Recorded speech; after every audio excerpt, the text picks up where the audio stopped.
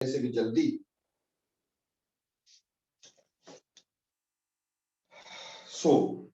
मेरे प्यारे प्यारे बच्चों, आज जो हम पढ़ेंगे ये इस चैप्टर का वो पार्ट है जो सारे चैप्टर को ऑन 360 डिग्री घुमा देगा, बिल्कुल उल्टा कर देगा।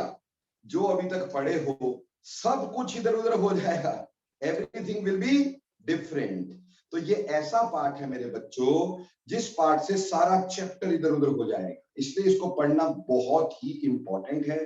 ठीक, तो ध्यान से पढ़ेंगे आज। ठीक, आज हमें पढ़ना है सबसे पहले abnormal molar masses. Abnormal molar masses, abnormal molar mass. देखो बेटे, जब हम एबनॉर्मल मोलर मास की हम बात करते हैं तो बात क्या है, what do you mean by abnormal molar mass. देखो बेटा, हम जो क्वालिटेटिव प्रॉपर्टी से जगह जगह पे क्या निकाले हैं, मॉलिक्यूलर मास निकालते हैं। ठीक है, हर क्वालिटेटिव प्रॉपर्टी को हम यूज करते हैं to calculate the molecular mass. ठीक, अब मॉलिक्यूलर मास जो क्वालिटेटिव प्रॉपर्टी से हम कई बार निकालते हैं तो कई बार जो वैसा आना चाहिए वैसा नहीं आता, वो एबनॉर्मल आ जाता है, जितना होना चाहिए उतना नहीं होता, कोई और मॉलिक्यूलर मास आता है। तो बात ये आती है, why is it so, why we get abnormal mass in case of, you can say, when we draw it from the qualitative properties। जैसे बेटे अगर मैं एसिटिक एसिड की बात करूं, एसिटिक एसिड हो गया CH3COOH, ये एसिटिक एसिड हो गया। अब एसिटिक एसिड का अगर मोलर मास वैसे देखा जाए तो इसका मोलर मास 60 होता है, इसका मोलर मास 60 होता है। बट जब हम इसके सॉल्यूशन बनाते हैं वाटर में, जब सॉल्यूशन बनाते हैं वाटर में तो होता क्या है, इसका मोलर मास लेस देन 60 आता है। ठीक, और जब इसका मोलर मास, जब इसका सॉल्यूशन बनाते हैं बेंजीन में मान लो, तो इसका मोलर मास ग्रेटर देन 60 आ जाता है। Now this is very very important बेटे। जस्ट बात यह है कि ऐसा क्यों होता है कि जब हम एसिटिक एसिड का मोलर मास 60 आना चाहिए, वाटर में ऐसे आता है, ये बेंजीन में ऐसे आता है, ऐसा क्यों होता है? Why there is difference in molar mass when it is calculated from, ये तब आता है, ये जो चीजें हैं ये तब आती हैं, ठीक, when calculated from qualitative properties, when calculated from qualitative properties। qualitative properties से जब हम कैलकुलेट करते हैं बेटा तो हमारे पास ये गड़बड़ आ जाती है। अब बात ये है कि ऐसा क्यों होता है, Why it is so? देखो बेटे, सबसे पहली बात हमें यहां पे एक बात समझनी चाहिए जो कि बहुत इंपॉर्टेंट है, कि अगर मैं क्वालिटेटिव प्रॉपर्टी का कोई भी फॉर्मूला लेता, जैसे relative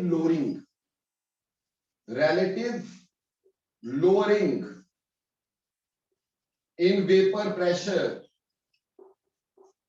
ठीक, that is PA degree minus PA upon PA degree is equal to given weight upon molar weight into weight of solvent into molar mass of solvent, molar mass of solvent। ठीक, या फिर आपने दूसरी qualitative property पढ़ी थी delta TB, delta TB is KB into WB upon MB into WA into 1000। ठीक है जी। तीसरी प्रॉपर्टी आपने पढ़ी थी delta TF, delta TF is equal to KF into WB upon MB into WA into 1000। बेटा चौथी प्रॉपर्टी तो मैं पढ़ाई मैंने, osmotic pressure pi is equal to given weight upon molar weight into weight of solvent into 1000 into S into T। आप इन सभी में ध्यान दो, ये पूरी की पूरी कॉलिगेटिव प्रॉपर्टी ऊपर है तो मोलर मास नीचे है कि नहीं है? सिमिलरली ये ऊपर है ये नीचे है, ये ऊपर है ये नीचे, यानी एक सिंपल बात इन सभी फॉर्मूला से समझ में आती है कि कॉलिगेटिव प्रॉपर्टीज जो होती हैं they are inversely proportional to molar मास।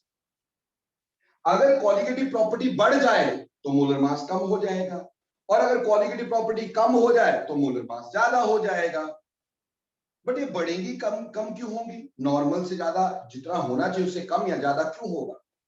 देखो बेटा, कॉलिगेटिव प्रॉपर्टी डिपेंड करती है नंबर पर। किस पे डिपेंड करती है? नंबर ऑफ फ्लूइड पार्टिकल्स पर। नंबर ऑफ फ्लूइड पार्टिकल्स पर। हमें पता है colligative property will be dependent upon number of solute particle, that is number of solute particle more, colligative property more, तो molecular mass can be less.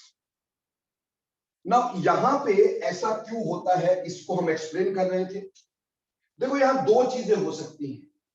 जब हमने acetic acid को water में डाला, when we put acetic acid into water, तो water में इसकी dissociation हो जाती है। डिसोसिएशन होने से CH3COO नेगेटिव H3O पॉजिटिव ये टूट गया, यानी यहां पे डिसोसिएशन हो गई। अब डिसोसिएशन होने से क्या होगा बेटा? डिसोसिएशन होने से जहां पहले एक पार्टिकल था अब उसकी जगह दो पार्टिकल आ गए, तो नंबर ऑफ पार्टिकल बढ़ गए। नंबर ऑफ पार्टिकल बढ़े तो कॉलिगेटिव प्रॉपर्टी बढ़ गई, कॉलिगेटिव प्रॉपर्टी बढ़ी तो मॉलिक्यूलर मास कम हो गया। So this is the problem. Similarly अगर आपने क्या किया, इसी एसिटिक एसिड को, ये एसिटिक एसिड था, अब इसको बेंजीन में डाला, बेंजीन में डाला, ठीक, तो होगा क्या? देखो यहां ये टूटा क्यों था, पहले हम ये समझे ये टूटा क्यों था, फिर हम यहां पे आ जाएंगे कि बेंजीन में ये क्या होगा। देखो बेटा, इसमें CH3 C double bond OH था, और हमने इसमें डाला था बेटा वाटर H2O, ठीक। अब जो वाटर है वो इस H को अपनी तरफ खींचेगा और इसमें बन जाएंगे हाइड्रोजन बॉन्ड। इस हाइड्रोजन बॉन्ड के बनते जो एनर्जी रिलीज होगी that will be enough to break this bond, और इस वजह से बेटे बाद में बॉन्ड बन जाएगा और इस वजह से इसकी क्लीवेज हो जाएगी, CH3COO नेगेटिव बनेगा और वाटर के साथ H जुड़ जाएगा, क्या बन जाएगा? H3O positive. तो ऐसे क्लीवेज हो गए due to attraction. On the other hand, जब इसी एसिटिक एसिड को हमने बेंजीन में डाला, जब इसी एसिटिक एसिड को मैंने बेंजीन में डाला, तो बेंजीन में अब देखो एसिटिक एसिड बेंजीन के साथ तो खास फोर्सेस होंगी नहीं, ठीक, लेकिन ये जो एसिटिक एसिड है ये बेंजीन में ऐसे आपस में जुड़ जाएंगे और इसमें बन जाएंगे इंटरमॉलिक्यूलर हाइड्रोजन बॉन्ड्स, यानी ये और ये, इससे दो मॉलिक्यूल आपस में जुड़ गए, दो मॉलिक्यूल आपस में जुड़ गए ड्यू टू हाइड्रोजन बॉन्ड्स, तो यहां एसोसिएशन हो गई। तो यहां क्या हो गई? एसोसिएशन। अब उस एसोसिएशन की वजह से जो दो मॉलिक्यूल थे, पहले दो थे, दो पार्टिकल्स थे, अब वो आपस में जुड़ करके एक पार्टिकल बना दिया CH3COOH का होल ट्वाइस, ऐसा एक पार्टिकल बन गया।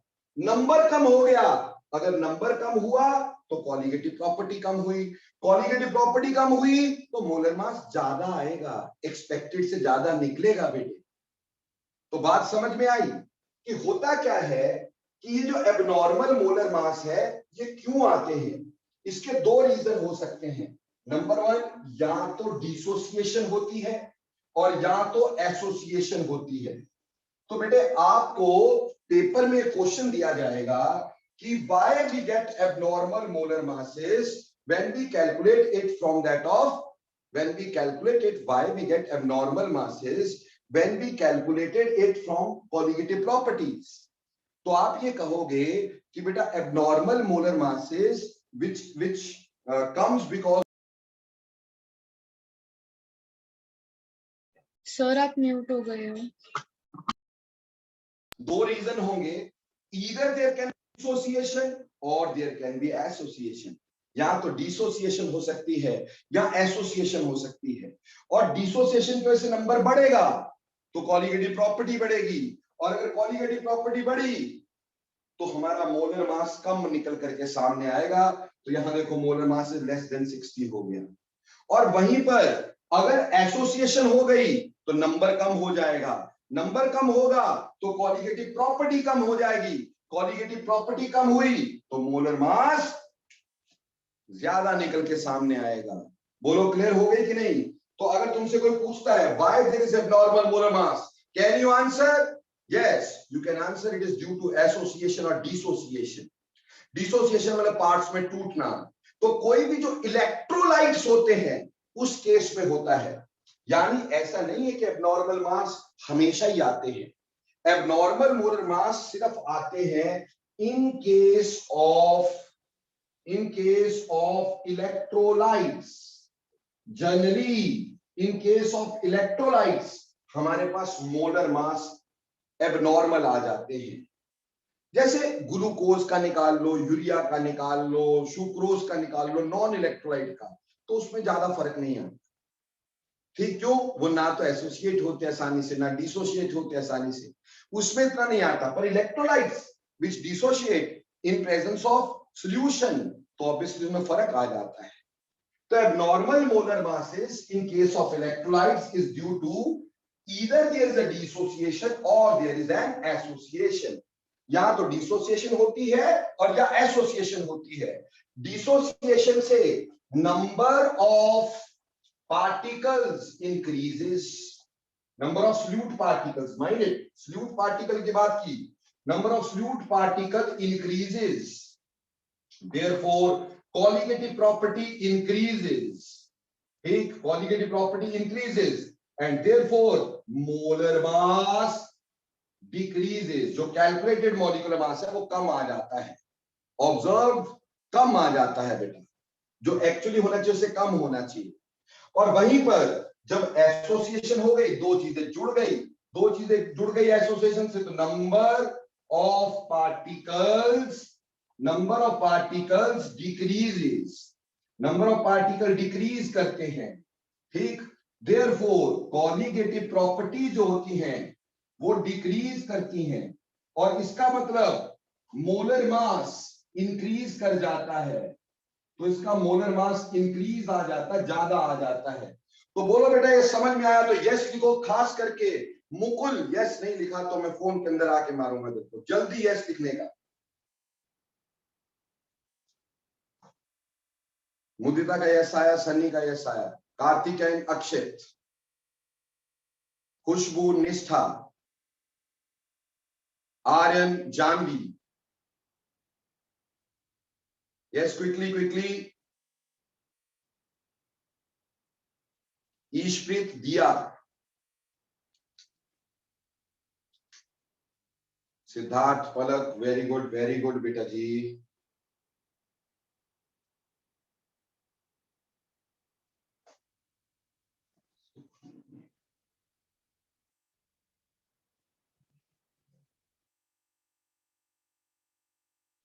उम्मीद करता हूं सभी को यह समझ में आ गया कि एब्नॉर्मल मोलर मास क्यों आते हैं, कहां से आते हैं, किस तरह से आते हैं। मुकुल का भी आ गया आंसर। ठीक, अब चलते बेटा आगे। ठीक, अब हम बात करेंगे कि चलो एसोसिएशन डिसोसिएशन की वजह से ऐसा होता होगा, तो इसको ठीक तो करना है ना बेटा, हमें इसको ठीक तो करना है। एसोसिएशन की वजह से चलो नंबर कम हो गया, डिसोसिएशन की वजह से नंबर बढ़ गया। ठीक, तो उसकी वजह से बेटा हमारे पास कॉलीगेटिव प्रॉपर्टीज में चेंज आ गया, तो एक्सपेक्टेड मोलर मास से अलावा कुछ और आ गया। ओके, अब इसको ठीक करना है। अब हम बात करेंगे, ये क्वेश्चन प्लस 2 में पक्का आएगा, why there are abnormal molar masses. ठीक, नाउ अब हम डिस्कस करेंगे इसको ठीक कैसे करेंगे। देखो बेटा, इसको ठीक करने के लिए हमारे पास एक फैक्टर दे दिया जाता है। ठीक, ये फैक्टर कहलाता है वॉन हॉफ फैक्टर। तो हम पढ़ेंगे वॉन हॉफ फैक्टर क्या होता है। वॉट हॉफ फैक्टर क्या होता है?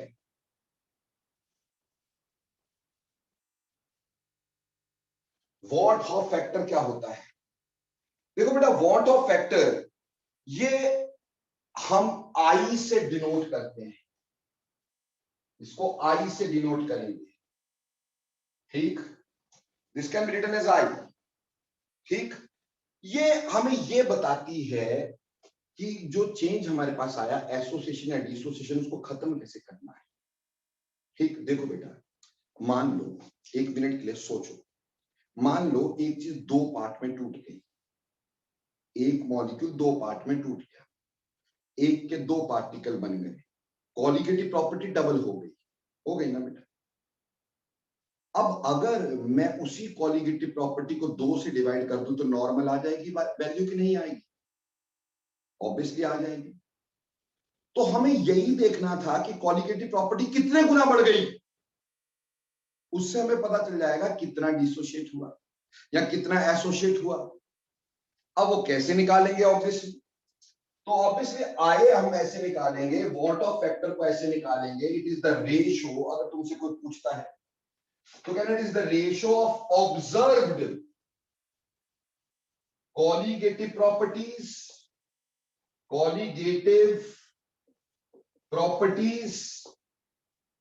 by normal colligative properties, observed colligative properties by normal colligative properties, observed colligative properties by normal colligative properties। इनकी जो रेशो होगी उसको हम बोल देंगे वॉट ऑफ फैक्टर। ये हमें प्रिडिक्ट करेगा कि एसोसिएशन होगी कि डिसोसिएशन होगी, ठीक? मान लो अगर आई की वैल्यू 1 से ज्यादा हुई, आई की वैल्यू 1 से ज्यादा हुई, ठीक? तो ये ऑब्वियस है कि इसका मतलब ये हो गया कि observed colligative property is greater than normal colligative property। पहले तो बेटा इस बात को क्लियर कर लो कि ऑब्जर्व्ड क्या और नॉर्मल क्या। देखो बेटे, ऑब्जर्व्ड यानी एक्सपेरिमेंटली जो हमने निकाली, और नॉर्मल जो हमारा फॉर्मूला निकाल के आनी चाहिए थी विदाउट एनी डिविएशन। जब हम कोई एसोसिएशन डिसोसिएशन नहीं ले रहे थे तो जितनी आनी चाहिए थी, ठीक, वो हमारे पास नॉर्मल है, और बेटे जो आ रही है वो हमारे पास ऑब्जर्व्ड कॉलिगेटिव प्रॉपर्टी है।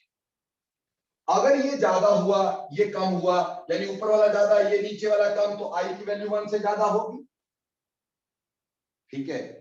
अब ऑब्जर्व्ड कॉलिगेटिव ज्यादा कब होगी बेटा? यानी जब नंबर ज्यादा होगा। नंबर ज्यादा कब होगा?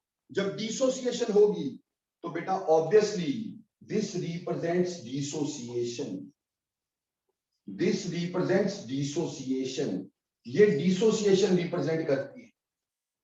इसलिए फॉर डिसोसिएशन आई की वैल्यू हमेशा ग्रेटर देन 1 होगी।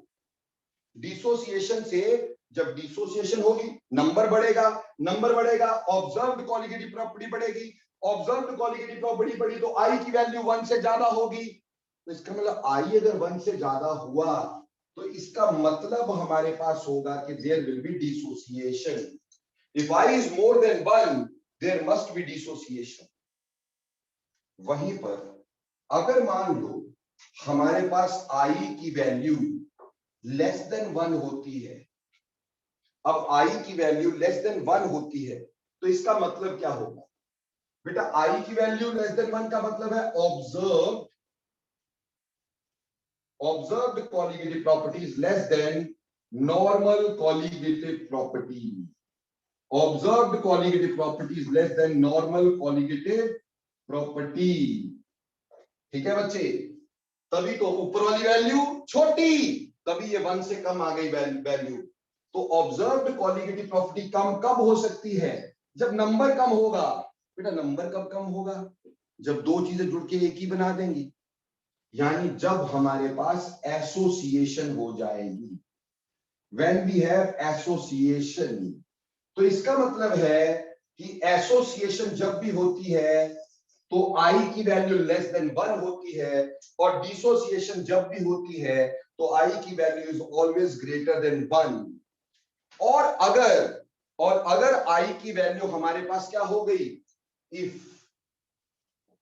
Value of i is 1, value of i is 1, तो मतलब क्या हो गया, ऑब्जर्व्ड कॉलिगेटिव प्रॉपर्टीज जो हैं वो नॉर्मल कॉलिगेटिव प्रॉपर्टीज के बराबर होंगी, नॉर्मल कॉलिगेटिव प्रॉपर्टीज के बराबर होंगी। यानी सब्सटेंस ना डिसोशिएट हो रहा है ना एसोसिएट हो रहा है, substance does not undergo association और डिसोसिएशन। ऐसे में सब्सटेंस की ना एसोसिएशन होगी, ऐसे में सब्सटेंस की ना डिसोसिएशन होगी। तो substance does not undergo association और dissociation, the value of i is equal to 1। Am I clear? Clear है कि नहीं? ठीक, तो ऐसे सब्सटेंस को जहां पे एसोसिएशन नहीं होती, डिसोसिएशन नहीं होती, इसको बेटे हम नॉन इलेक्ट्रोलाइट बोल देंगे, नॉन इलेक्ट्रोलाइट। ठीक है जी। अब हमारे पास एसोसिएशन डिसोसिएशन जो है वो आई से पता चलेगा या कॉलिगेटिव प्रॉपर्टी से पता चलेगा। और हम ये भी जानते थे colligative properties inversely proportional to molecular mass. तो हम ऐसे भी कर सकते थे कि इससे उल्टा मॉलिक्यूलर मास के लिए लिख देते, बोलते normal molar mass upon observed molar मास, ऑब्जर्व्ड मोलर मास। बेटे ये आई आ जाता। ठीक, जैसे अगर एक छोटा सा क्वेश्चन मैं आपका डिस्कस करूं, ज्यादा लंबा चौड़ा नहीं करने का है, छोटा सा क्वेश्चन डिस्कस करते हैं। हमें बोल दिया कि molar mass of acetic acid is found to be 45 in a solution. ठीक, आपको सिर्फ ये बताना है predict whether association or dissociation takes place. क्या एसोसिएशन होगी? takes place। क्या एसोसिएशन होगी या डिसोसिएशन होगी, हमें यह बताना है। ठीक है, तो देखो बेटे यहां पे ऑब्जर्व्ड मोलर मास जो मेरे को दिया है, वो ऑब्जर्व्ड मोलर मास है। तो बेटे ऑब्जर्व्ड मोलर मास जो है, ऑब्जर्व्ड मोलर मास वो 45 है। और जो नॉर्मल मोलर मास होगा, नॉर्मल मोलर मास, ठीक, वो कैसे निकलेगा? बेटा एसिटिक एसिड का फॉर्मूला लिख लो, कितना? CH3COOH। इसका मास देख लो, 12 + 15 और ये करके 60 आ जाएगा। तो नॉर्मल मोलर मास है 60। अब हमें बताना था कि आई की वैल्यू कितनी होगी। आई है normal molar mass upon observed molar मास। तो नॉर्मल मोलर मास है 60, नॉर्मल मोलर मास कितना है? 60, और ऑब्जर्व्ड कितना आया? 45। यानी आई की वैल्यू ग्रेटर देन 1। अगर आई की वैल्यू ग्रेटर देन 1 तो समझ लेना डिसोसिएशन इज देयर। तो यहां से क्लियर हो गया डिसोसिएशन इज देयर। और अगर आई की वैल्यू ठीक क्या होती? कम आ जाती तो हम बोलते एसोसिएशन हो गई। और अगर आई की वैल्यू 1 हो जाती तो बोल देते नो एसोसिएशन नो डिसोसिएशन। बोलो मेरे प्यारे बच्चों, बात ये समझ में आई कि नहीं आई? जल्दी यस लिखो। मुकुल, तेरा यस तो बहुत जरूरी है मेरे लिए।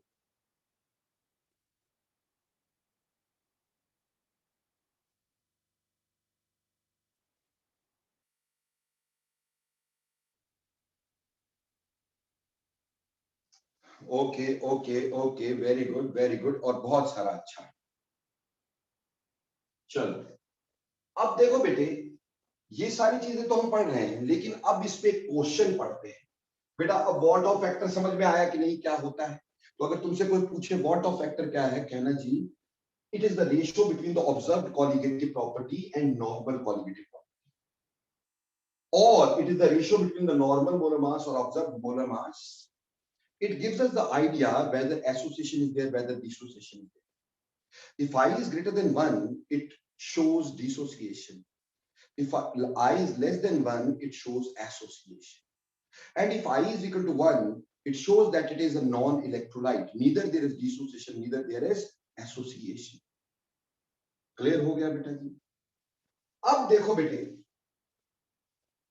हमने क्या किया, जितनी भी प्रॉपर्टीज थी कॉलिगेटिव प्रॉपर्टीज, उनको क्या किया, एग्जैक्ट लाने के लिए जितने भी फॉर्मूलाज थे उसमें आई इंड्यूस कर दिया, उसमें आई इंड्यूस कर दिया। मतलब हमारा पहला फॉर्मूला था P A degree minus P A upon P A degree is equal to X B, ये पहला फॉर्मूला था। अब एक्स बी की जगह हम यहां पे आई एक्स बी लिख देंगे। I is not a factor, obviously इसको यहां कॉलिगेटिव प्रॉपर्टी को डिवाइड करेंगे ना इससे, तो यहां पे मल्टीप्लाई एक ही बात है, तो इससे हमारी एसोसिएशन डिसोसिएशन की प्रॉब्लम ही दूर हो जाए। इसी तरह से अगर डेल्टा टीबी हमने लिखा था, तो क्या लिखा था मेरे बच्चों, केबीएम, तो हमने लिख दिया आई केबीएम, क्या लिख दिया, आई केबीएम। वहीं पर डेल्टा टीएफ मैंने लिखा था, तो क्या लिखा था, डेल्टा टीएफ लिखा था केएफएम, अभी लिख दूंगा आई केएफएम, ठीक। और इसी तरह से अगर मैं लिख दूंगा डेल्टा रादर पाई, अगर मैं लिख दूंगा पाई, तो पाई हो जाएगा आई सी एस टी, यानी अब कॉलिगेटिव प्रॉपर्टीज में हमने आई इंट्रोड्यूस करवा दिया। बेटा अब पुराने सारे फॉर्मूला भूल जाओ, सिर्फ उसमें आई इंट्रोड्यूस करवा के ही आंसर देने का है। अगर आई इंट्रोड्यूस नहीं करवाया तो कुछ नहीं, आई इंट्रोड्यूस करवा के ही हमें आंसर देने को है, नहीं तो हम आई अगर इंट्रोड्यूस नहीं करवाएंगे तो हमारे पास गलती होगी। तो बेटा हम इस तरह से इस क्वेश्चन को करेंगे सॉल्व, ठीक। ये पहला हो गया हमारे पास। ये दूसरा फॉर्मूला आई लगा दिया, बस सब जगह आई लगा दिया। अब जितने भी क्वेश्चन होंगे वो इसके साथ सॉल्व होंगे, आई के साथ, आई के बिना सॉल्व भी नहीं होंगे, नहीं तो आप इसको गलत कर देंगे बेटा।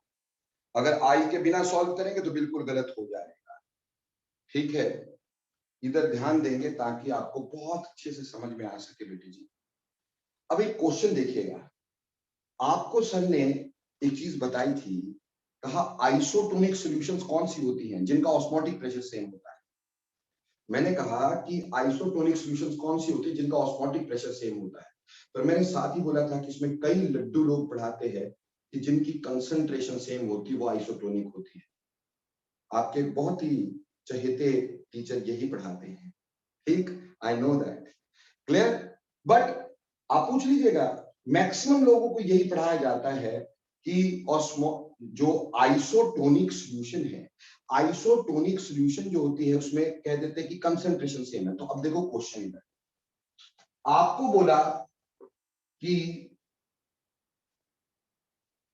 सॉल्यूशन ऑफ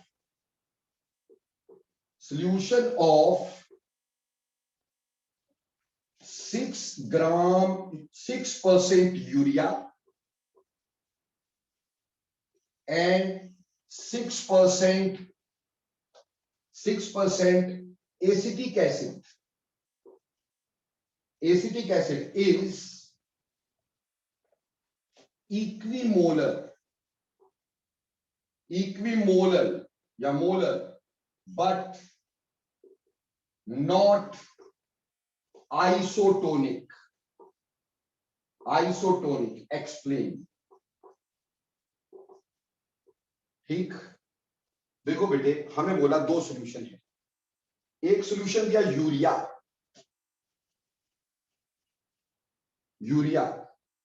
यूरिया का 6% यानी 6 ग्राम ऑफ यूरिया इन 100 ग्राम, 6% दिया था। Molar mass of urea is 60, तो number of moles of urea is 6 by 60, that is 0.1 mole, that is 0.1 mole.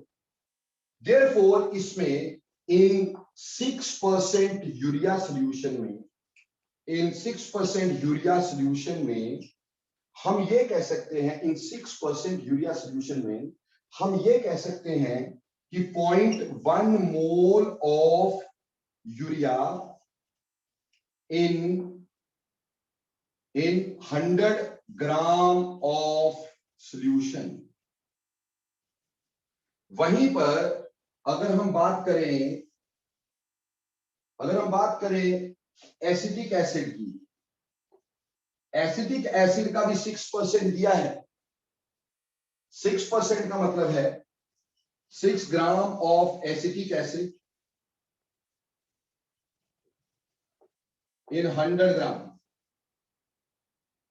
यानी molar mass of acetic acid is again 60। हमें पता है इसका मोलर मास 60 होता है, तो इसके नंबर ऑफ मोल जो होंगे वो भी बेटा 6 by 60 यानी 0.1 होगा।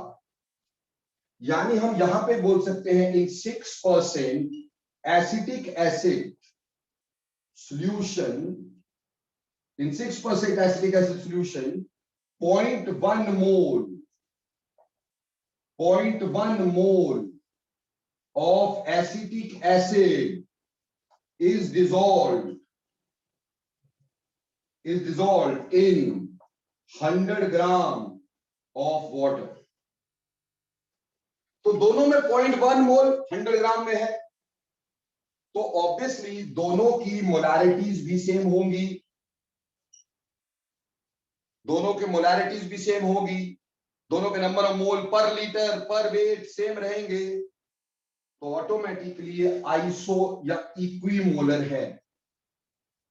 These are equimolar, therefore equimolar, यानी कि मोलैरिटी सेम होगी, इनकी मोलैरिटी सेम होगी, इनका मोल फ्रैक्शन सेम होगा। भैया सारा कुछ ही तो सेम होगा ना, जब नंबर ऑफ मोल सेम है, वेट सेम है सॉल्वेंट का, तो भैया सब कुछ सेम होगा।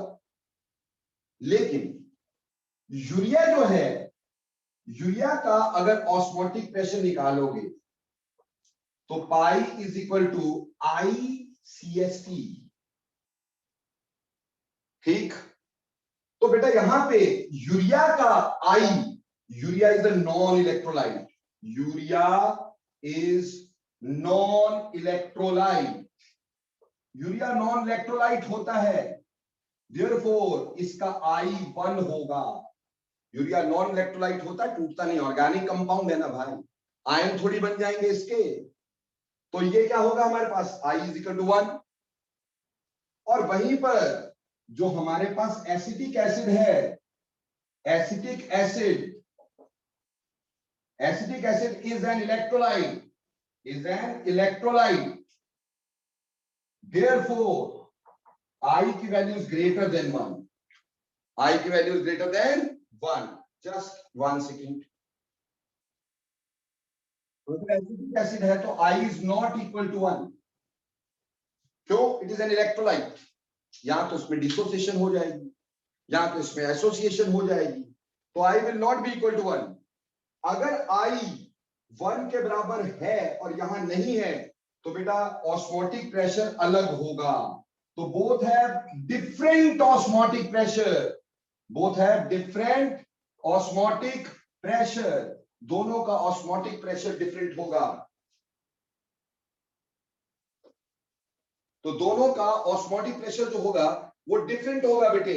तो आपको यहां से बड़ी आराम से समझ में आ गया कि सॉल्यूशन इक्विमोलर तो है, मोलैरिटियां तो सेम है, लेकिन बेटा उसका ऑस्मोटिक प्रेशर डिफरेंट है। So these solutions are equimolar, molarity is same, but not isotonic. Isotonic नहीं होगा, क्यों? क्योंकि इनका I सेम नहीं है, want of factor सेम नहीं है। तो बेटा मैंने वहां पे भी तुम्हें बार बार ये बात करवाई थी, बार बार चिक चिक के बताया था कि आइसोटोनिक सॉल्यूशन सिर्फ यही बोलना है जिसका बेटे हमारे पास क्या होता है, I जो है, या ऐसे बोलो जिसका ऑस्मोटिक प्रेशर सेम हो। ऑस्मोटिक प्रेशर सेम हो तो आइसोटोनिक, अदरवाइज इक्विमोलर। बोलो बेटे, सभी बच्चे बोलो, ये क्वेश्चन समझ में आया? यस और नो, जल्दी बोलना। यू गॉट दिस क्वेश्चन और नॉट?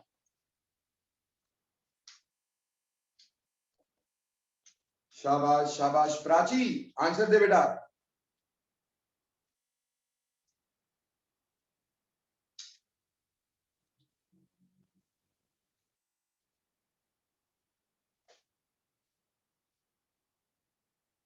ओके, तो बेटे ये तो था हमारे पास वॉट ऑफ फैक्टर क्या होता है। अब ये सारी प्रॉपर्टीज यूं चेंज हो गई, लेकिन बात ये है कि आई की वैल्यू कैसे निकालेंगे?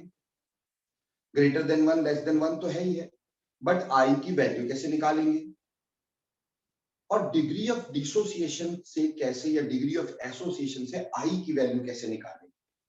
ठीक है, तो चलो इसको मिटा रहा हूं ताकि आपको समझ में। अब ये बात बिल्कुल क्लियर रखना, क्योंकि आगे समझाऊंगा मैं कि अब सारी जगह पे आपने आई लगा देना है। Everywhere you have to put i. ठीक, देखो अब हम बात करेंगे relationship of want of factor, relationship of want of factor with association and dissociation. want of factor and degree of association and dissociation, बेटा ध्यान से समझना, बहुत ही आसान इंपॉर्टेंट सी चीज है, आपको बहुत आसानी से समझाने की मैं कोशिश करूंगा। पहली बात कि डिग्री ऑफ डिसोसिएशन क्या होती है। सबसे पहले हम रिलेशनशिप निकालेंगे degree of dissociation, degree of dissociation.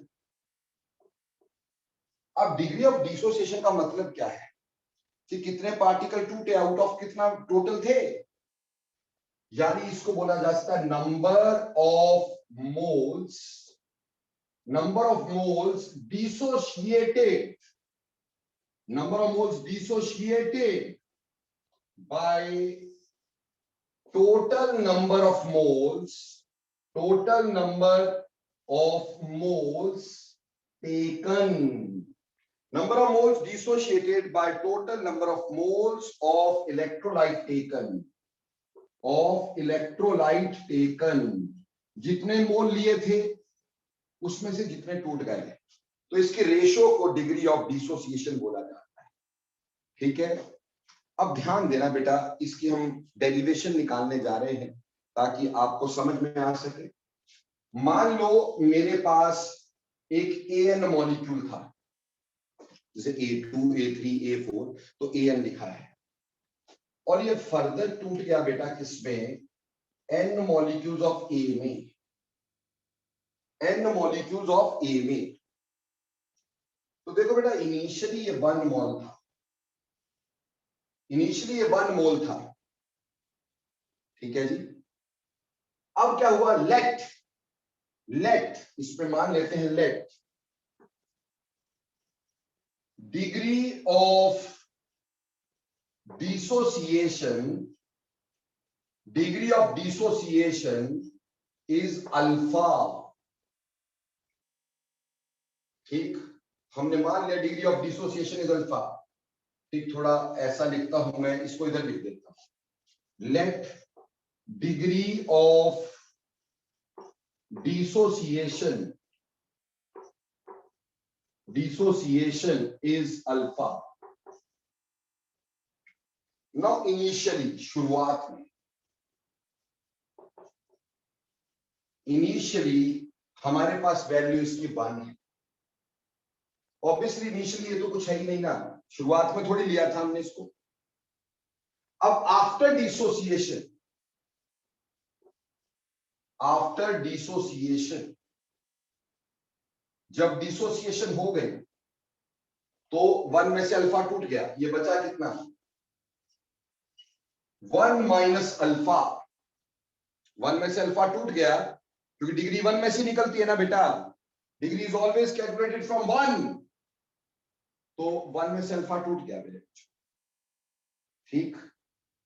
अब obviously 1 mole is giving n moles, तो alpha must be giving us, अगर 1 मोल n दे रहा है तो अल्फा कितने देगा n alpha. Yes, it will be giving us n alpha. तो इसका मतलब इनिशियल मोल्स जो थे हमारे पास, इनिशियल मोल्स जो शुरुआत में लिए थे वो थे 1, and moles after dissociation, moles after dissociation टूटने के बाद वो थे 1 minus alpha plus n alpha. क्यों जी, गलत बोल रहा हूं कि सही बोल रहा हूं? ये वाले मोल्स प्लस ये वाले मोल्स यही तो थे ना। नाउ अब हमें पता था कि जो आई होता है, आई होता है observed colligative properties divided by normal colligative properties. बेटा observed colligative properties are due to these moles, so that is 1 minus alpha plus n alpha into colligative property, जो भी रही होगी, जो भी हम यूज कर रहे होंगे, और नॉर्मल बिना डिसोसिएशन के होगी, so that is equal to 1 into colligative property। जब हमारे पास टूटा हुआ नहीं होगा तो कॉलीगेटिव प्रॉपर्टी की वैल्यू तो कैंसिल हो गई, तो बेसिकली आई आया 1 minus alpha plus n alpha, ये आई की वैल्यू आ गई, ठीक। अब बेटा इसको इधर ले जाता हूं, तो i minus 1 is equal to minus alpha plus n alpha. यार ये माइनस आगे अच्छा नहीं लग रहा है ना, तो इसको आगे लिख देते हैं i minus 1 n alpha minus alpha. क्यों जी, बात समझ में आती है? यहां से अल्फा ले लो कॉमन, तो i minus 1 n minus 1 into alpha, alpha common लिया, and therefore alpha is equal to i minus 1 by n minus 1। Very important. तो मेरे प्यारे प्यारे राज दुलारे बच्चों, हमारे पास अल्फा की वैल्यू आ गई i minus 1 divided by n minus 1, जहां पे i क्या है, i व्हाट ऑफ फैक्टर है, कैसे निकाल सकते हो, normal molar mass upon observed molar mass अगर दिया हो। n क्या है, n तो ये था कि कितने पार्ट में टूटा, यानी number of ions form, number of ions form. जैसे फॉर NaCl n की वैल्यू कितनी होगी बेटा, Na और Cl दो बनेंगे ना, तो n की वैल्यू 2 होगी। फॉर CaCl2 n की वैल्यू कितनी होगी, एक कैल्शियम 2 क्लोरीन 3 होगी। फॉर Na2SO4 n की वैल्यू कितनी होगी बेटा, 2 सोडियम 1 सल्फेट, मतलब यहां पे n की वैल्यू हमारे पास कितनी हो जाएगी, यहां पे भी 3 होगी। सल्फेट थोड़ी टूटेगा आयंस में, जो आयंस टूटते हैं वो, तो n is number of ions form. तो अल्फा हो गया 1 minus i minus 1 by n minus 1, जहां पे i वॉट ऑफ फैक्टर है, अल्फा डिग्री ऑफ आयनाइजेशन है, और n क्या है, नंबर ऑफ आयंस। पहले बोलो फटाफट ये बात समझ में आई कि नहीं आई?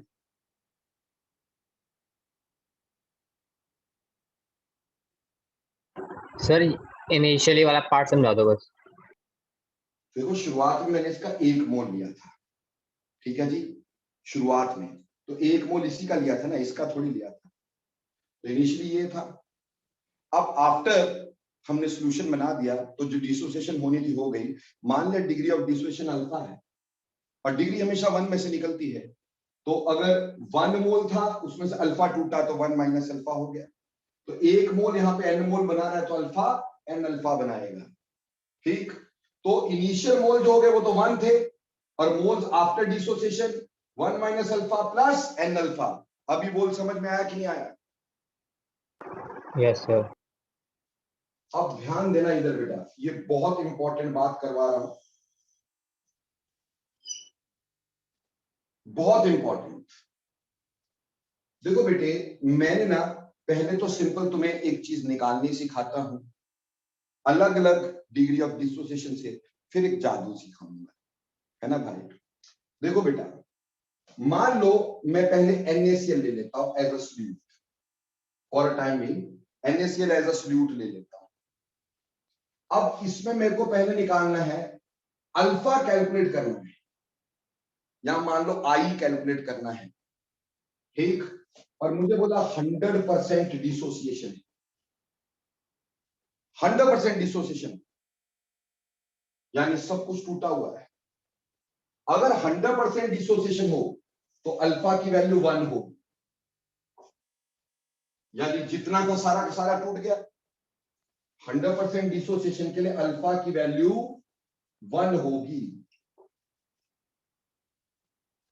ठीक है जी, क्लियर? तो अब जरा I निकालते हैं। तो हमें पता था alpha 1 is equal to I minus 1। NaCl के N कितना होगा? 2, तो N आएगा 2 माइनस 1 फॉर 100%। तो इसका मतलब हो गया 1 is equal to I minus 1 by 1। ये यहां चला गया तो मतलब I is equal to 1 plus 1 that is 2, that is 2। इसका मतलब ये होता है जब कभी भी 100% डिसोसिएशन होगी, यानी कोई चीज पूरी टूट जाएगी, if 100% dissociation is there, if 100% dissociation is there, अगर 100% डिसोसिएशन हुई तो I की value is always equal to n। I की वैल्यू हमेशा n के बराबर होती है, यानी ऐसे केस में NaCl की I की वैल्यू, मतलब अलग अलग सॉल्यूट ले लो तो आपको समझ में आ जाएगा। ठीक, अगर मैं बोलूं NaCl तो इसके लिए I की वैल्यू 2 हो जाएगी अगर 100% डिसोसिएशन। अगर मान लो CaCl2 है तो I की वैल्यू कितनी हो जाएगी? बोलो फटाफट से। 3। I की वैल्यू 3 हो जाएगी अगर 100% डिसोसिएशन हुई। अगर मेरे पास Al2SO4 का होल थ्राइस है, अब I की वैल्यू कितनी होगी? 2 अल्युमिनियम 3 सल्फेट यानी 5, तो 5 हो जाएगा। तो it is very very simple कि अगर 100% डिसोसिएशन होती है तो I की वैल्यू हमेशा n के बराबर होती है। अगर 100% डिसोसिएशन होती है तो I की वैल्यू हमेशा 100 क्या होती है? n के बराबर होती है। वहीं पर बेटे मान लो मैंने NaCl लिया लेकिन 80% डिसोसिएशन ले, 80% डिसोसिएशन, मतलब अल्फा जो होगा वो 80 बाय 100 में से 80 टूट गए यानी 0.8 होगा, यानी 0.8 होगा। फॉर्मूला हमें पता था कि alpha is equal to I minus 1 upon n minus 1।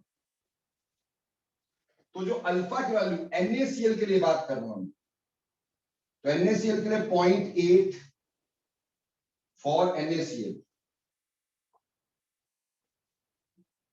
0.8 will be equal to I minus 1 upon 2 minus 1, क्योंकि NaCl का n क्या है? 2। तो बेटे हमारे पास आया 0.8, 0.8 is equal to I minus 1, तो I की वैल्यू 1.8 हो गई, I की वैल्यू 1.8 हो गई। बोलो भाई, बात समझ में आई कि नहीं आई?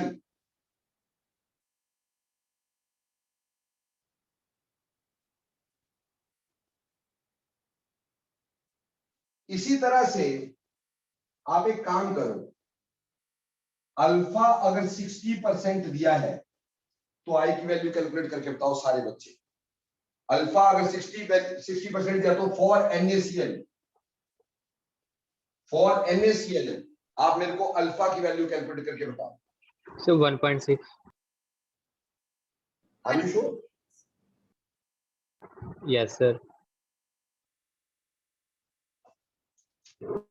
Pretty much sure. Very good, very good. तो बेटा 60% का मतलब है 0.6 I-1/2 - 1, दैट इज कितना? I is equal to 1.6। Done. बेटा ऐसी ना, एक सेकंड के लिए, फॉर कैल्शियम क्लोराइड 80% डिसोसिएशन, और दूसरा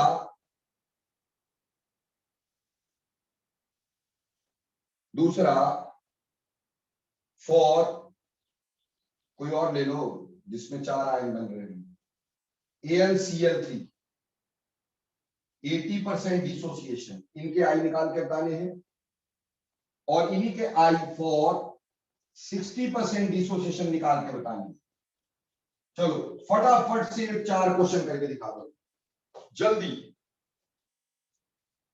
80% डिसोसिएशन के लिए इसको निकाल के बताना है, उसको निकाल के बताना है, ठीक इसी का 60% डिसोसिएशन के लिए निकाल के बताना है। जल्दी करो जल्दी, फिर आपको एक जादू दिखाऊंगा।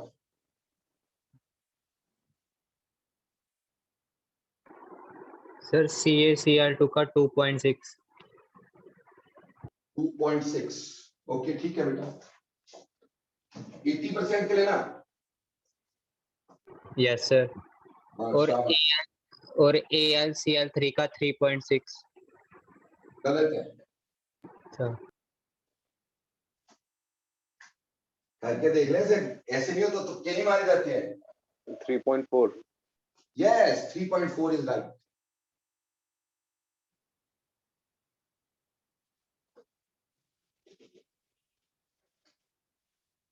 देखो बेटे, जिसको भी समझ नहीं आया, मुकुल तो खास ख्याल रखना भाई, जिसको भी समझ नहीं आया एक बार दोबारा देख लीजिए। मान लो फॉर कैल्शियम क्लोराइड ले रहा हूं, पहले लिया फॉर 80% डिसोसिएशन। 80% डिसोसिएशन का मतलब है 80/100, अल्फा की वैल्यू 80/100 यानी 0.8, और हमें ये पता है alpha is equal to I-1/n-1। Calcium chloride के लिए जो n है वो नंबर ऑफ आयन, एक कैल्शियम के 2 क्लोरीन के यानी 3, तो 0.8 इज इक्वल टू I-1/3 - 1, तो 0.8 इज इक्वल टू I-1/2। तो यहां पे ये cross multiply 1.6 is equal to I-1, तो I इज इक्वल टू 1.6 + 1, 2.6 आ गया कैल्शियम क्लोराइड के लिए। ठीक, वहीं पर फॉर 60%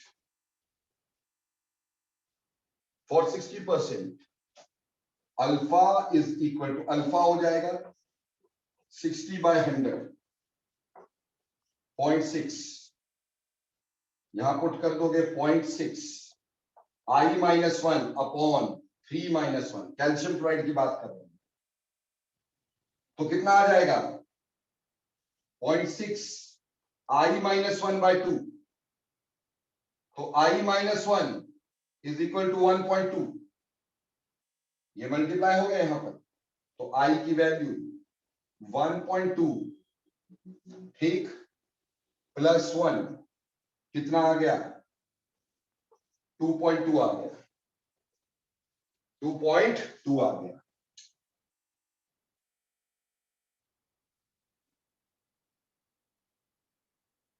ठीक है, अब बोलो बेटा, निकालना आया कि नहीं आया? जल्दी बोलना, जल्दी।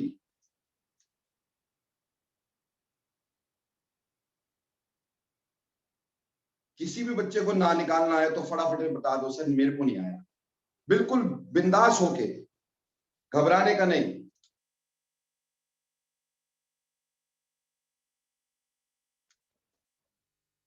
तो देखो फिर अब जादू मंतर।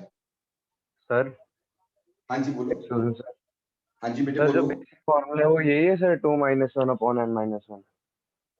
बेटे ये फॉर्मूला है बच्चे, ये वाला, ठीक है। Yes sir. तो इसमें n जो होगा वो नंबर ऑफ आयन्स है। जैसे बेटा NaCl में कितने आयन बने? एक Na का, एक Cl का, तो n की वैल्यू 2 थी। ठीक, अब यहां पे एक कैल्शियम का, 2 क्लोरीन का, n की वैल्यू 3 हो गई। मान ले बेटे अगर तेरे को AlCl3 दिया जाता तो n की वैल्यू क्या लिखता मेरा बच्चा? 4. बिल्कुल बिल्कुल 4 लिखता। एक Al और 3 Cl। ठीक है, तो ये n फॉर्मूला ये है हमारा। बस n पुट करना। अल्फा तो हमें पता है कि 60%, 80%, मतलब 60% का प्लस 60/100, 80% का 80/100, 85 का 85/100, 90 का 90% का 90% का 90/100।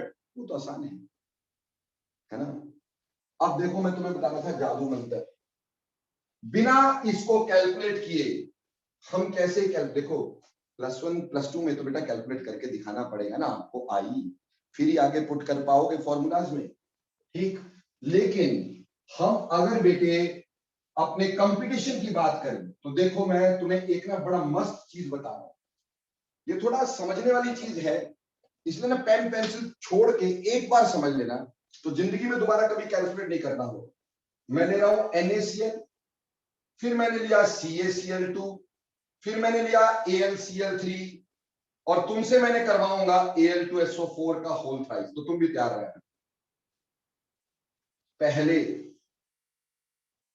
100% डिसोसिएशन लेंगे,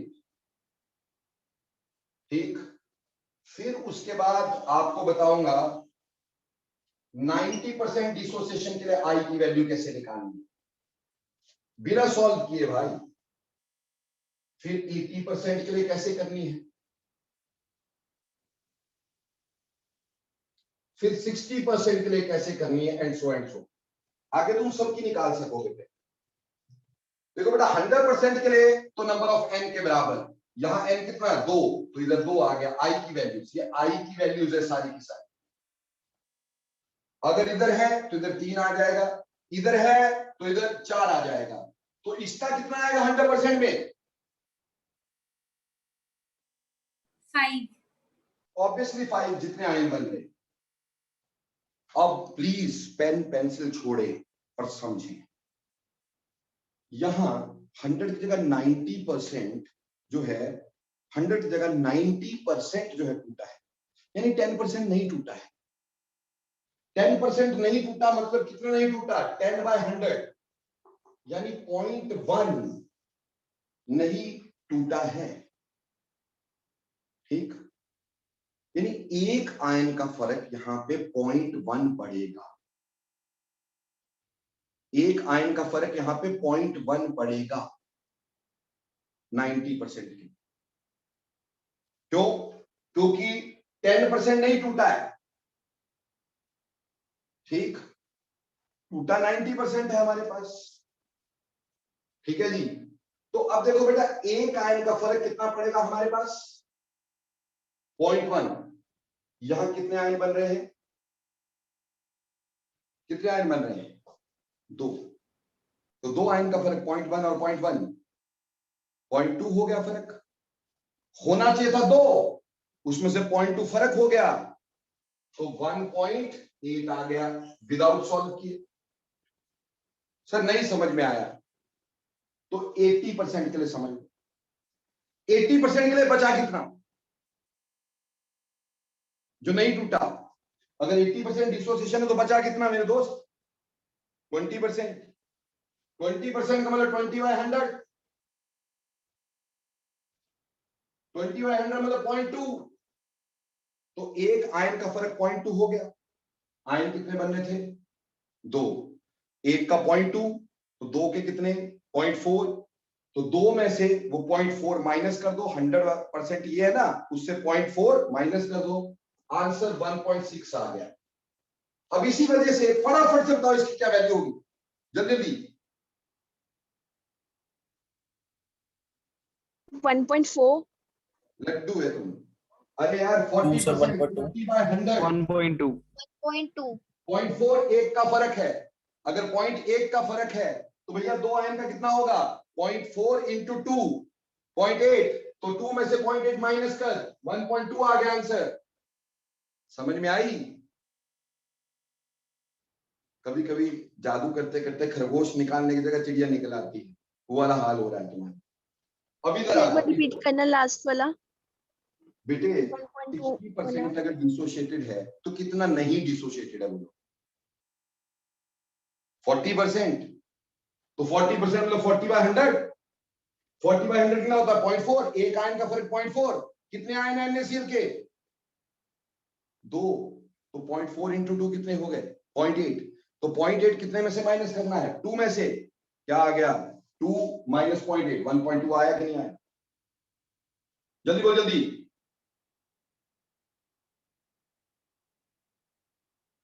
बोल बेटा क्लियर हुआ कि नहीं? Yes sir. नहीं हुआ तो मन पे पत्थर रख के नहीं बोलने का, नहीं हुआ तो सर नहीं हुआ, दैट्स ऑल। हो गया तो हो गया, नहीं हुआ तो नहीं। तो उम्मीद करता हूं अभी तो हो गया होगा।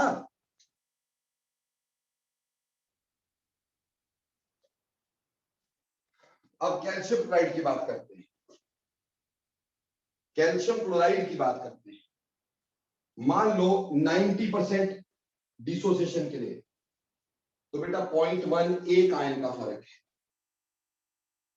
0.1 एक आयन का फर्क है, ठीक है। आयन कितने हैं 3, है ना, तो 0.1 इंटू 3 0.3, तो 0.3 को कितने में से माइनस करना है 3 में से, आंसर कितना आया 2.7।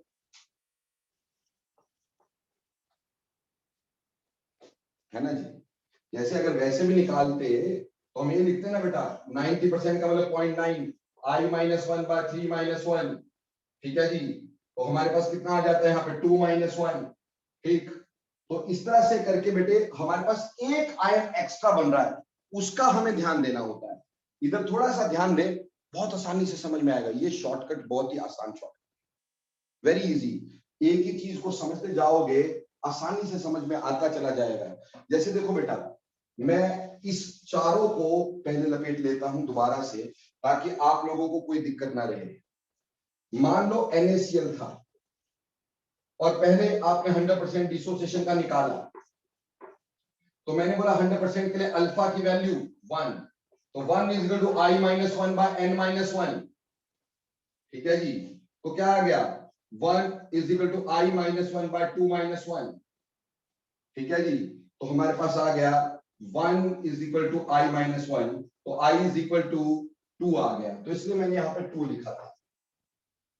अब 90% डिसोसिएटेड के लिए हम कैसे करेंगे? अगर ये 90% डिसोसिएटेड होता तो हमने कैसे करना था?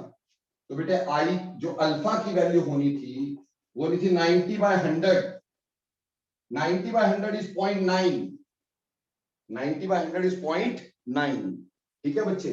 तो ऐसे केस में अल्फा 0.9 हो गया, तो बेटा जो हमारे पास 0.9 इज इक्वल टू i-1/2 - 1, ठीक है जी। यानी यहां पे आ जाता 0.9 इज इक्वल टू i-1, तो यहाँ पे 0.1, ये 1.9 आना था बेटा, ये मेरे से छोटी छोटी गलती हुई है, एक आयन का फर्क लेना था, आई एम सॉरी। इसको करते हैं ठीक। तो यहाँ पे आया 1.9 यानी 0.9 into 1 is equal to i-1, तो i की वैल्यू आ जाएगी बेटा कितनी 1 + 0.9, यानी यहाँ पे 1.9 आई, ठीक। अब समझना, थोड़ा सा चेंज करना है, थोड़ी सी गलती हुई है मेरे से, वो ठीक करनी है मैथमेटिकली, ठीक। देखो अब इधर ध्यान देना, जब हमने बोला 90% डिसोसिएशन, तो कम कितनी हुई? पॉइंट मतलब 10% डिसोशिएट नहीं हुआ, 10% डिसोशिएट नहीं हुआ। तो बेटा 10/100 कितना? 0.1 एक आयन का फर्क है, 0.1 एक आयन का फर्क है। मेरे से गलती हो गई, मैंने टोटल में से निकाल दिया था। 0.8 एक आयन का फर्क है। बेटा यहाँ आयन कितने बन रहे हैं? 2, बनने चाहिए थे 1। अगर ये डिसोशिएट नहीं होता तो ये पूरा का पूरा 1 होता ना भाई, इसको 1 यूनिट मान के चलते ना, पर उसकी जगह बन कितने रहे हैं? 2, यानी एक एक्स्ट्रा बन रहा है, एक एक्स्ट्रा बन रहा है। तो वो जो एक्स्ट्रा बन रहा है उसका फर्क 0.1 आएगा। एक्स्ट्रा का देखना था, मैंने पूरे का देख लिया, एक्स्ट्रा का देखना था।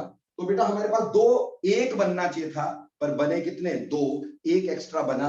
एक की कमी 0.1 है, तो बेटा एक की वजह से 0.1 कम करोगे 2 में से 1.9।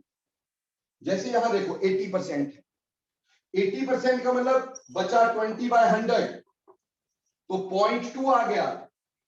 बेटा एक की कमी से 0.2, यानी एक आयन के लिए 0.2, एक आयन एक्स्ट्रा के लिए 0.2 कम हो जाएगा।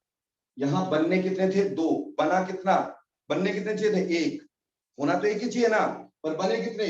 2, एक का फर्क 0.2, तो 2 में से 0.2 मिटा दो, 2 में से 0.2 मिटा दो, कितना आएगा? 1.8।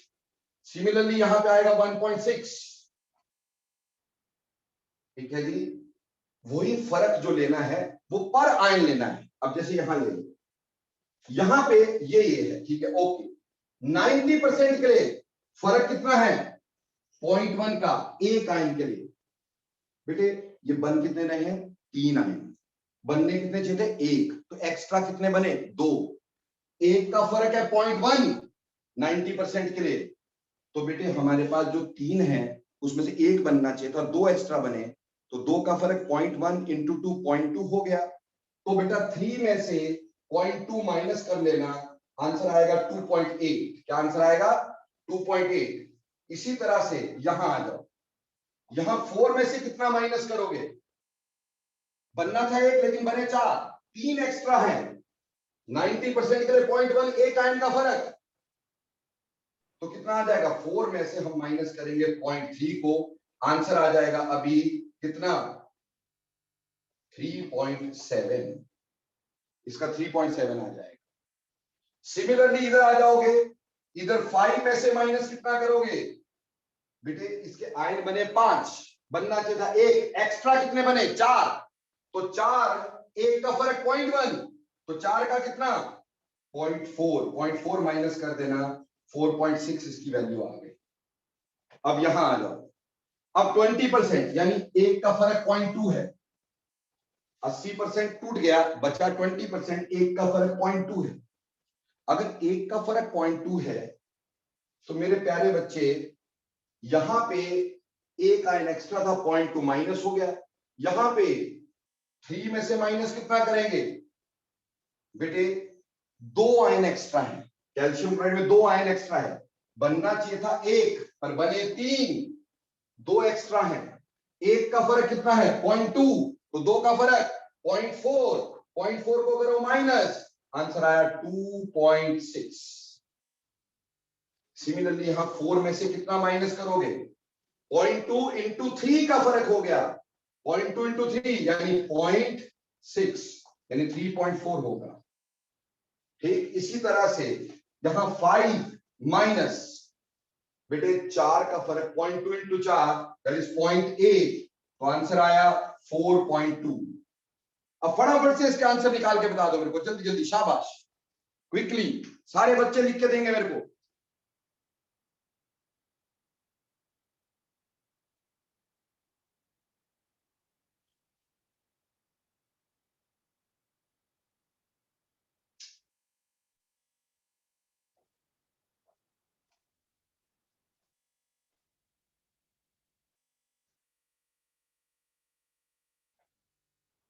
देखो बेटे 60% का मतलब क्या है? 60% का मतलब बचा 40%, तो 40/100 0.4, तो एक का फर्क 0.4 पड़ेगा, एक का फर्क 0.4 पड़ेगा। तो 0.4 यहाँ माइनस हो गया, एक एक्स्ट्रा आयन था, यहाँ 2 एक्स्ट्रा थे, तो बेटा 0.4 इंटू 2 तो 3 माइनस 0.8 यानी 2.2। यहाँ 4 माइनस 3 आयन बढ़े बेटा, 3 आयन बढ़े तो एक का 0.4 1.2 माइनस कर दो, क्या आ जाएगा 2.8।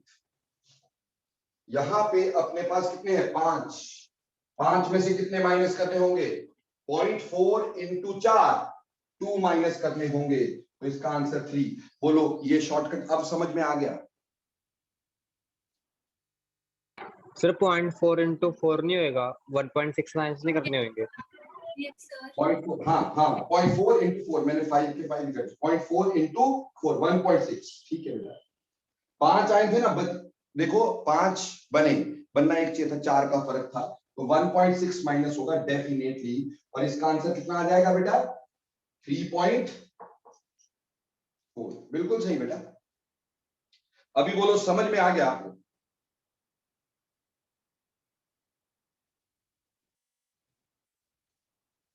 सिंपल बात ये समझ लो, जितने आयन इसके बने हैं ना, जितने आयन इसके बने हैं उसमें से एक एक माइनस करना है, और जो बचा है एक एक माइनस करना है, उतने का इफेक्ट देखना है, ठीक। जैसे 2 आयन बने, बनना एक था तो एक एक्स्ट्रा आया, और इसका वो इफेक्ट देख लेना, बस उतना उतना माइनस करते चले जाना। आई थिंक सो आंसर आपको आ जाएंगे। बोलो डिग्री ऑफ डिसोसिएशन समझ में आया कि नहीं आया?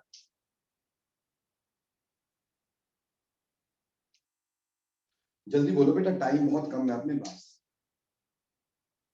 ओके, अब आ जाओ बेटा, इसी तरह से डिग्री ऑफ एसोसिएशन की भी बात करेंगे, डिग्री ऑफ एसोसिएशन की बात भी करेंगे।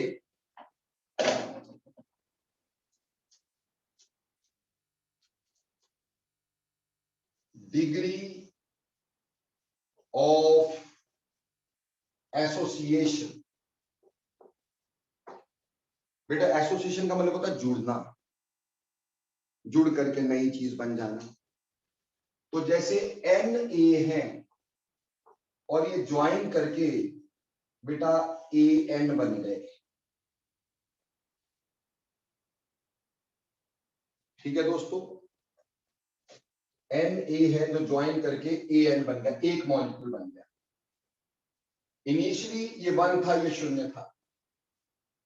मान लो alpha is degree of association, let alpha is degree of association.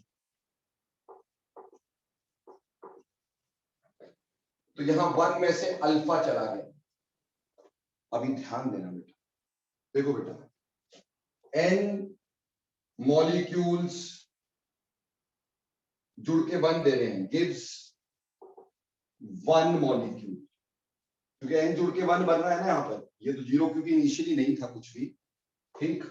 तो n जुड़ के 1 बना रहा है, तो फिर 1 जुड़ के कितना बनाएगा 1 बाय n, तो अल्फा जुड़ के कितना बनाएगा 1 बाय n इंटू अल्फा, यानी अल्फा बाय n।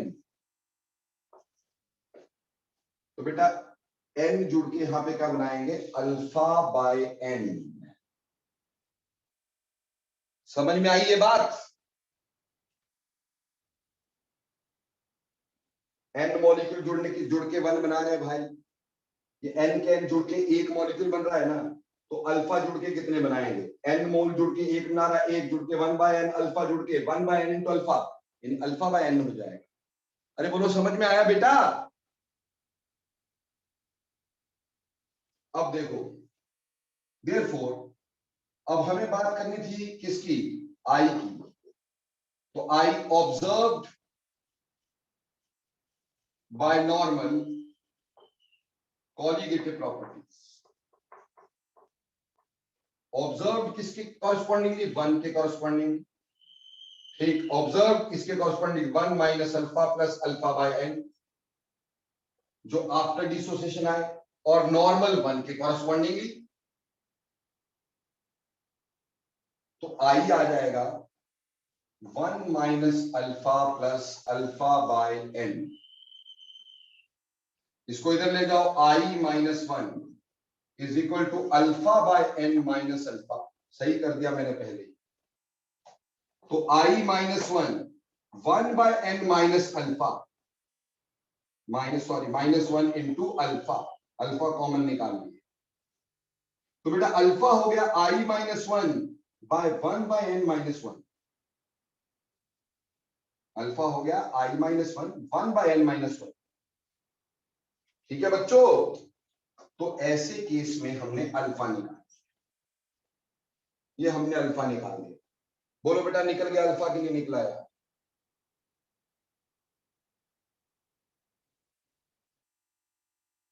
अब इसमें n क्या है, n है कितना जुड़ा। फॉर डाइमराइजेशन, अगर डाइमराइजेशन हुई यानी दो चीजें आपस में जुड़ी तो बेटा n की वैल्यू 2 हो जाएगी। दो चीजें तो n की वैल्यू 2 होगी। वहीं पर फॉर ट्राइमराइजेशन,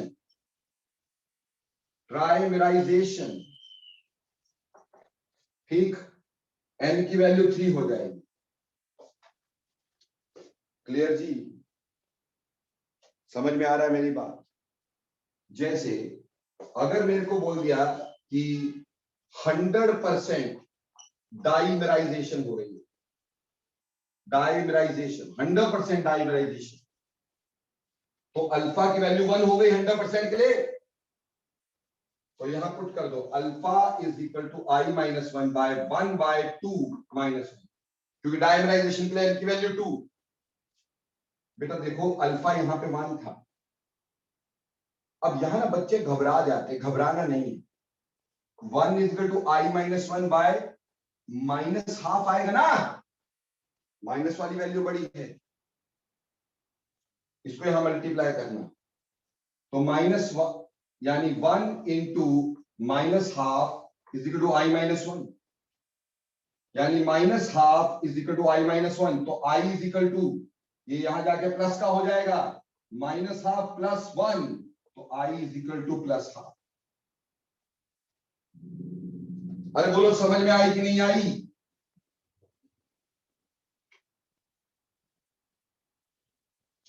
जल्दी बोलो बेटा समझ में आया कि नहीं आया?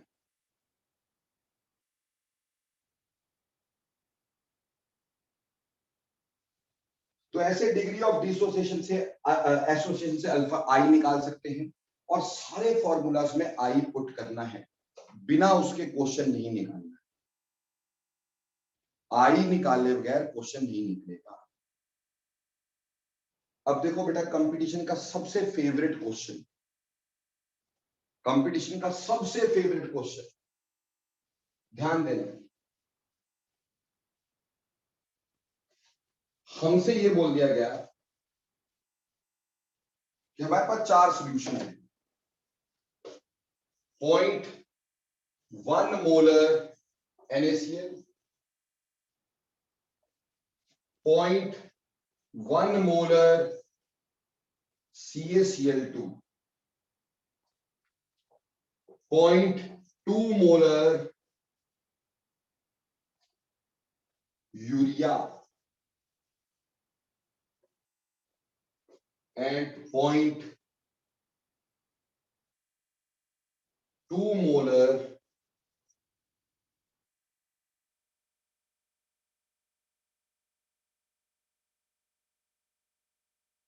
या 0.05 मोलर Al2SO4 का होल थ्राइस। ठीक, हमें ये कह दिया गया arrange in the order of, arrange in the order of, arrange in the order of boiling point, या फिर बॉइलिंग पॉइंट के साथ साथ ऑस्मोटिक प्रेशर, या फिर फ्रीजिंग पॉइंट, या फिर वेपर प्रेशर के ऑर्डर में ऑर्डर लगाना है। तो बेटा अब एक बात समझ लो कि कोई भी क्वालिटेटिव प्रॉपर्टी जब हम देखते हैं directly proportional I into m के प्रोपोर्शनल होनी है। m चाहे मोलैलिटी हो चाहे मोलैरिटी हो, जिसकी मोलैरिटी ज्यादा उसकी मोलैलिटी भी तो ज्यादा होगी। तो ये नहीं घबराना कि सर यहां तो मोलारिटी दे रखी है, हमने I इंटू एम का प्रोडक्ट देखना है, तो इसमें I इंटू एम का प्रोडक्ट और I 100% डिसोसिएशन के लिए लेके चलना है। इसका I कितना होगा, हम I इंटू एम का प्रोडक्ट देखेंगे यहां पर, इसका I होगा 2 और यहां 0.1 m, तो कितना आ गया 0.2। यहां I की value 3 into 0.1 0.3। Urea non electrolyte, तो I की वैल्यू 1, तो 1 इंटू 0.2 फिर 0.2 आ गया, ठीक है जी। और वहीं पर यहां पे I की वैल्यू 5 इंटू 0.05, यानी इसको मल्टीप्लाई करोगे आई थिंक तो 0.25 आ गया, क्यों जी। अब I इंटू एम का प्रोडक्ट किसका ज्यादा है, सबसे ज्यादा तो है, अगर मैं इसको ऐसे सॉल्यूशन पर नाम दे दूं, ये A है, ये B है, ये C है, ये D है, तो बेटा I इंटू एम प्रोडक्ट किसका सबसे ज्यादा है, D का, D का नहीं B का, B के बाद D का, D के बाद A और C बराबर है। जिसका I इंटू एम का प्रोडक्ट ज्यादा उसकी कॉलिगेटिव प्रॉपर्टी ज्यादा, यानी कॉलिगेटिव प्रॉपर्टी यानी इसका एलिवेशन बॉइलिंग पॉइंट का ज्यादा, उसका डिप्रेशन ज्यादा।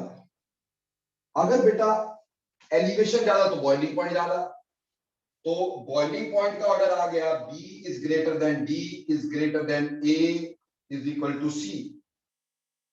ऑस्मोटिक प्रेशर का ऑर्डर भी आ गया B is greater than D is greater than A is equal to C।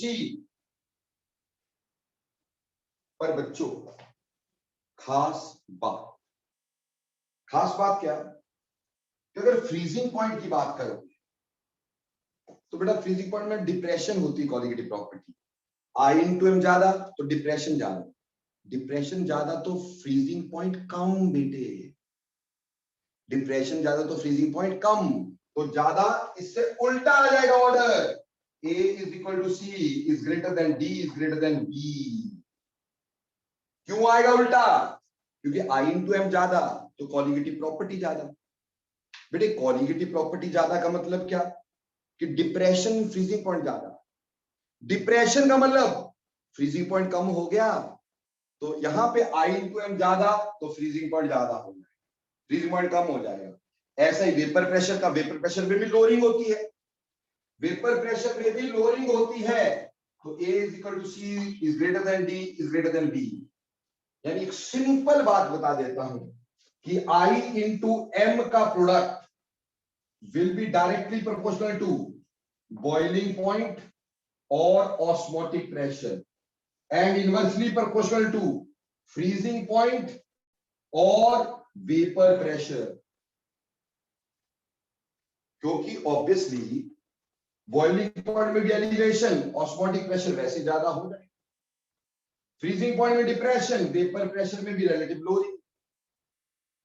तो ये हमारे पास ध्यान में रखेंगे, कंपटीशन का क्वेश्चन ये वाला आसानी से सॉल्व होगा, ये पक्का आता है पेपर में, ठीक है जी, क्लियर। पर एक बात ध्यान से आंखें फाड़ फाड़ के क्वेश्चन को देखो, कहीं ऐसा नहीं फ्रीजिंग पॉइंट ना पूछा, हमें बोला डिप्रेशन में फ्रीजिंग पॉइंट, तो बेटा I इंटू एम ज्यादा तो डिप्रेशन ज्यादा, डिप्रेशन ज्यादा तो फ्रीजिंग पॉइंट कम हुआ। तो बेटा क्वेश्चन को ध्यान से देखना कि आपको फ्रीजिंग पॉइंट पूछा है कि डिप्रेशन में फ्रीजिंग पॉइंट पूछा है। डिप्रेशन तो डायरेक्टली प्रोपोर्शनल होगा, क्योंकि I इंटू एम ज्यादा तो कॉलिगेटिव प्रॉपर्टी ज्यादा, I इंटू एम का प्रोडक्ट ज्यादा तो कॉलिगेटिव प्रॉपर्टी ज्यादा, यानी डिप्रेशन ज्यादा, डिप्रेशन ज्यादा तो फ्रीजिंग पॉइंट कम। बोलो ये बात समझ में आई कि नहीं आई,